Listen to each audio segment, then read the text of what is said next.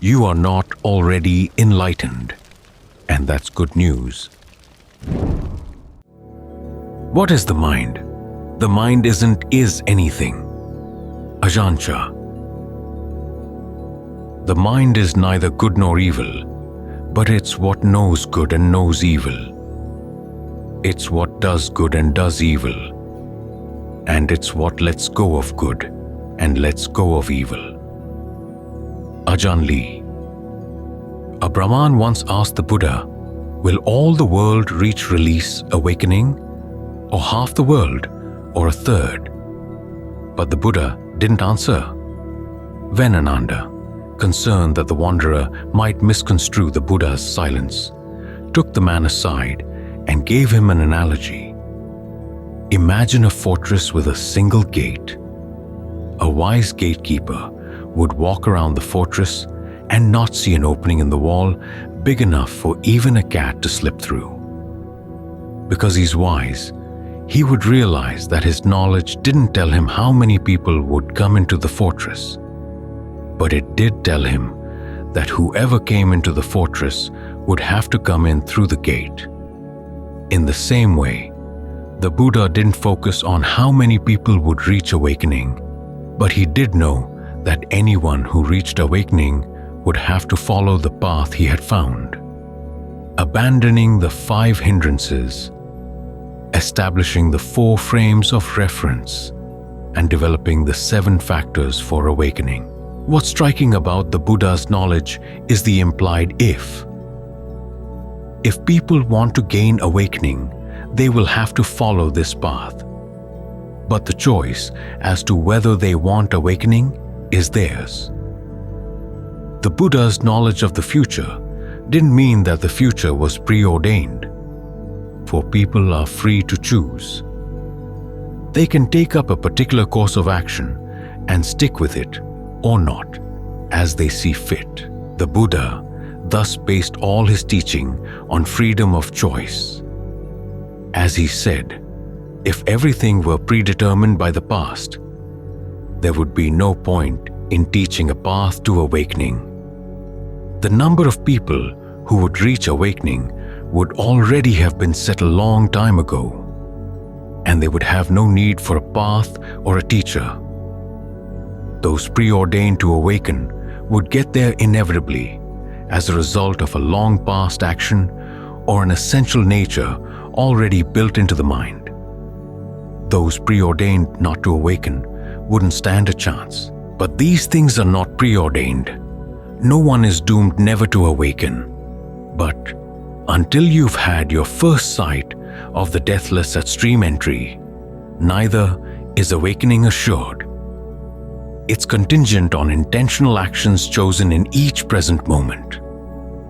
And even after stream entry, you're constantly faced with choices that will speed up final awakening or slow it down.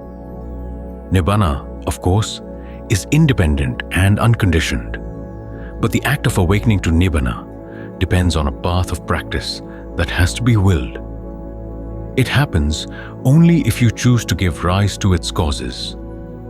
This, as the Buddha noted, involves determining to do 4 things. Not to neglect discernment, to preserve truth, to develop relinquishment, and to train for peace.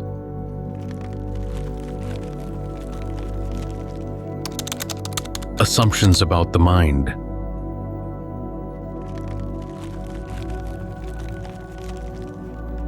To stick with these 4 determinations, the mind has to make some assumptions about itself, its power to do the necessary work, and to receive the anticipated benefits. But one of the central features of the Buddha's strategy as a teacher was that even though his primary focus was on the mind, he nowhere defined what the mind is. As he said, if you define yourself, you limit yourself. So instead, he focused his assumptions on what the mind can do. To begin with, the mind can change quickly. Normally, a master of the apt simile, even the Buddha had to admit that he could find no adequate analogy for how quickly the mind can change. We might say that it can change in the twinkling of an eye, but it's actually faster than that. And it's capable of all sorts of things. Neither inherently good nor inherently bad, it can do a huge variety of good and bad actions. As the Buddha said, the mind is more variegated than the animal kingdom. Think of the many species of fish in the sea, birds in the sky, animals on the land and under the ground, whether extant or extinct.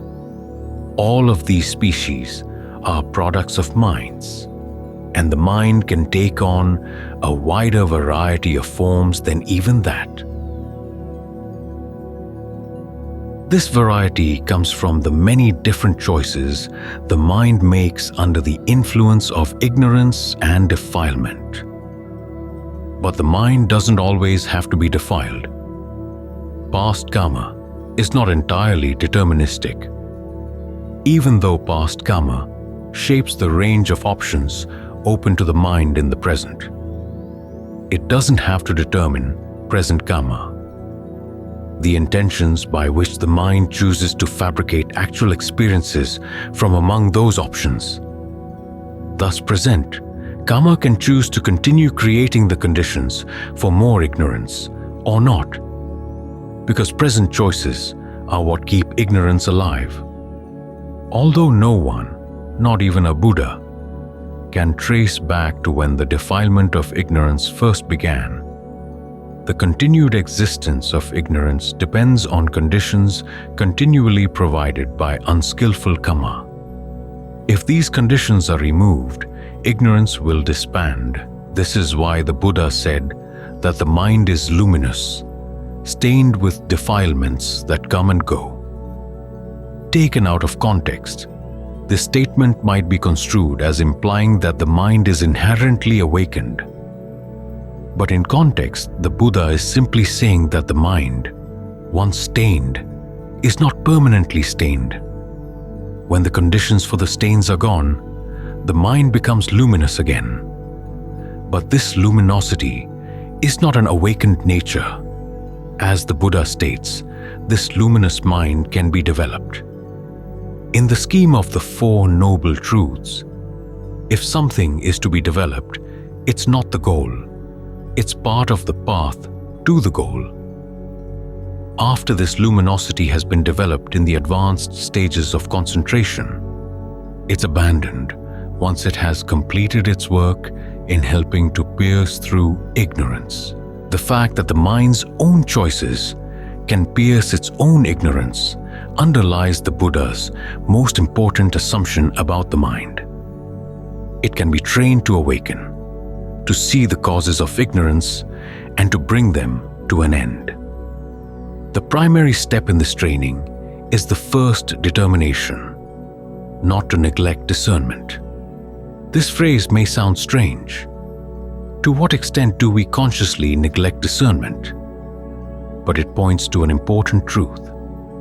Discernment is insight into how the mind fabricates its experiences. This process of fabrication is going on all the time right before our eyes, even nearer than our eyes. And yet part of the mind chooses to ignore it. We tend to be more interested in the experiences that result from the fabrication. The physical, mental, and emotional states we want to savor and enjoy. It's like watching a play. We enjoy entering into the make-believe world on the stage and prefer to ignore the noises made by the backstage crew that would call the reality of that world into question. This ignorance is willed, which is why we need an act of the will to see through it, to discern the backstage machinations of the mind. Discernment thus has two sides: understanding and motivation. You have to understand the mind's fabrications as fabrications, looking less for the what, that is, what they are, than for the how they happen as part of a causal process. And you have to be motivated to develop this discernment to see why you want it to influence the mind. Otherwise, it won't have the conditions to grow. The understanding comes down to the basic insight of the Buddha's awakening, seeing things as actions and events in a pattern of cause and effect. It also involves seeing how some actions are unskillful, leading to stress and suffering, while others are skillful, bringing stress to an end. And that we have the freedom to choose skillful actions or not. This understanding, which forms the basic framework of the Four Noble Truths, is called appropriate attention. The motivation to develop appropriate attention grows from combining goodwill with this understanding. You set your sights on a happiness totally harmless. You see that if you make unskillful choices, you're going to cause suffering. If you make skillful ones, you won't. This motivation thus combines goodwill with heedfulness, the quality that underlies every step on the path. In fact, heedfulness lies at the root of all skillful qualities in the mind. Thus, in encouraging people to awaken, the Buddha never assumed that their awakening would come from the innate goodness of their nature. He simply assumed something very blatant and ordinary, that people like pleasure and hate pain, and that they care about whether they can gain that pleasure and avoid that pain. It was a mark of his genius that he could see the potential for awakening in this very common desire.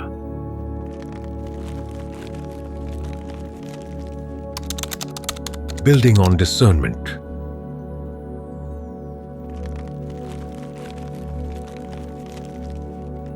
When you stick with the understanding and motivation provided by this first determination, it sets in motion the other three. For instance, the determination to preserve the truth grows from seeing the mind's capacity to lie to itself about whether its actions are causing suffering. You want to be honest and vigilant in looking for and admitting suffering, even when you're attached to the actions that cause it. This truthfulness relates to the path in two stages. First, when looking for unskillful actions that keep you off the path. And then, as the path nears fruition, looking for the subtle levels of stress caused even by skillful elements of the path, such as right concentration, once they have done their work and need to be let go for the sake of full liberation. The determination to develop relinquishment can then build on this truthful assessment of what needs to be done. Relinquishment requires discernment as well, for not only do you need to see what's skillful and what's not, you also need to keep reminding yourself that you have the freedom to choose and to be adept at talking yourself into doing skillful things you're afraid of and abandoning unskillful actions you like. The determination to train for peace helps maintain your sense of direction in this process, for it reminds you that the only true happiness is peace of mind, and that you want to look for ever-increasing levels of peace as they become possible through the practice. This determination emulates the trait that the Buddha said was essential to his awakening: the unwillingness to rest content with lesser levels of stillness when higher levels could be attained. In this way, the stages of concentration, instead of becoming obstacles or dangers on the path, serve as stepping stones to greater sensitivity, and through that sensitivity, to the ultimate peace where all passion, aversion, and delusion grow still. This peace thus grows from the simple choice to keep looking at the mind's fabrications as processes, as actions and results. But to fully achieve this peace, your discernment has to be directed not only at the mind's fabrication of the objects of its awareness, but also at its fabrications about itself and about the path it's creating. Your sense of who you are is a fabrication, regardless of whether you see the mind as separate or interconnected, finite or infinite, good or bad. The path is also a fabrication, very subtle and sometimes seemingly effortless, but fabricated nonetheless. If these layers of inner fabrication aren't seen for what they are, if you regard them as innate or inevitable, they can't be deconstructed, and full awakening can't occur.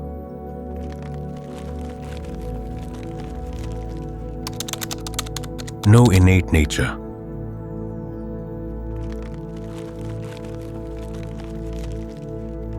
This is why the Buddha never advocated attributing an innate nature of any kind to the mind.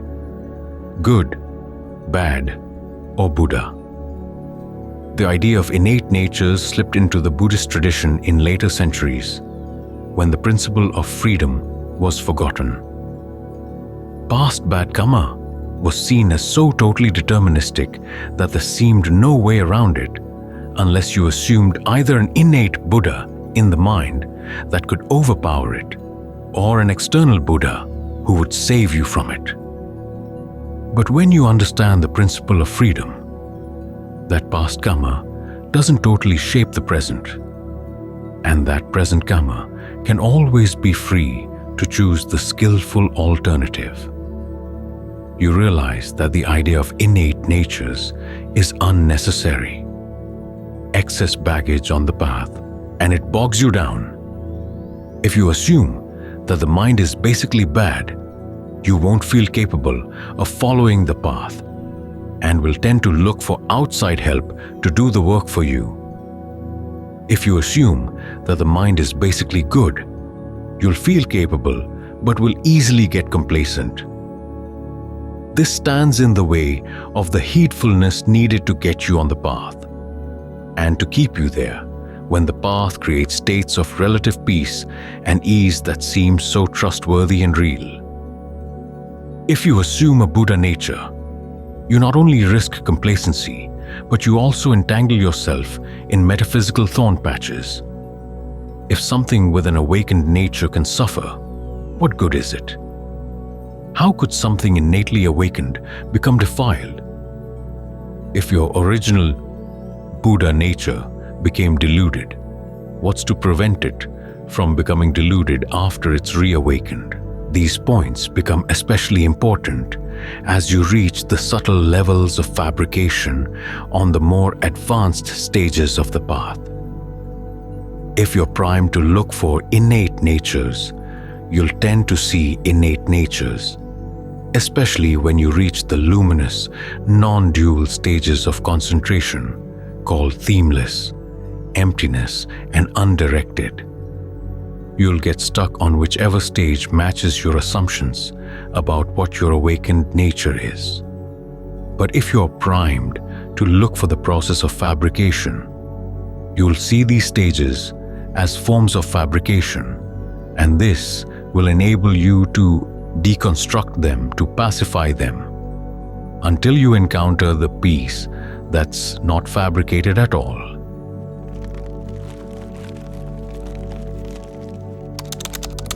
Exploring freedom.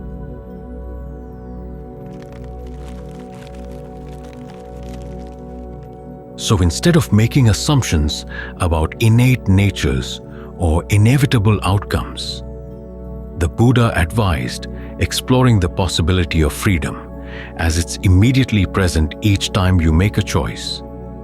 Freedom is not a nature, and you don't find it by looking for your hidden innate nature.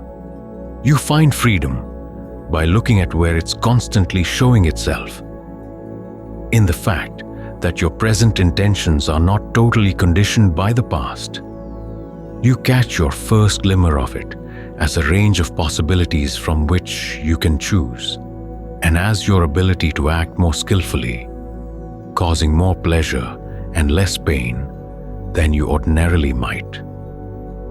Your sense of this freedom grows as you explore and exercise it. Each time you choose the most skillful course of action, heading in the direction of discernment, truthfulness, relinquishment, and peace. The choice to keep making skillful choices may require assumptions, but to keep the mind focused on the issue of fabrication, the Buddha saw that these assumptions are best kept to a bare minimum. That the mind wants happiness, that it can choose courses of actions that promote happiness or thwart it, that it can change its ways, and that it can train itself to achieve the ultimate happiness where all fabrications fall away. These assumptions are the Buddha's starter kit of skillful means to get you on the path of goodwill, heedfulness, and appropriate attention. As with any journey, you do best to take along only the bare essentials so that you don't weigh yourself down. This is especially true as you test the limits of freedom. For the closer you come to ultimate freedom, the more you find that things fall away. First, the nouns of natures and identities fall away as you focus on the verbs of action and choice. Then the verbs fall away too. When the Buddha was asked who or what he was, he didn't answer with a who or what. He said simply, awakened, a past participle, a verb that has done its work. Similarly, when the suttas describe the awakening of an arahant, they say that his or her mind is released from fermentations. But when they describe how this release is experienced, they simply say, with release there is the knowledge released. No comment on what is released, not even, as it's sometimes translated, it is released. There's no noun, no pronoun, just a past participle, released. That's all, but it's enough.